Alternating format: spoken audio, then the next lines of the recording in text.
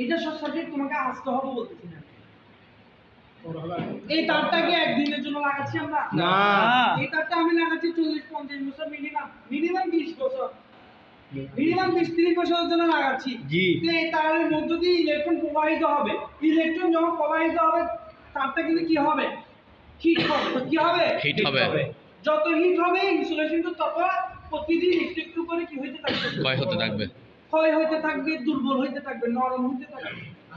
হইতে হইতে হইতে হইতে 10 বছর, 20 বছর, 30 বছর পর ইনসুলেশনটা কিন্তু অনেক বেশি দুর্বল হয়ে যাবে। তখন গিয়ে কি হবে?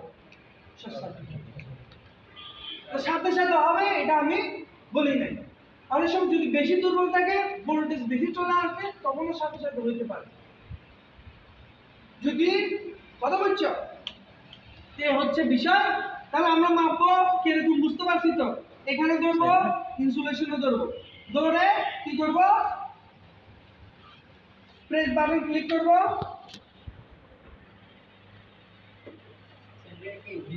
এসিতে দিচ্ছি, কারণ আমার তো এখানে এসি বোর্ডে যাচ্ছে, তাই না? কত দেখাচ্ছে?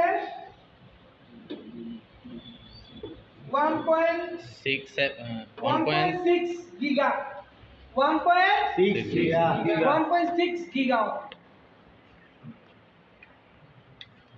তাহলে মেগা থেকে গিগা বেশি। 1 মেগা মানে 10 লক্ষ, 1 গিগা মানে 1 কোটি। তাহলে প্রায় 1.5 কোটি ওহম এখানে কি আছে? তাহলে আমার যেটা মান থাকা দরকার তার চেয়ে অনেক বেশি। তার চেয়ে বেশি বলতে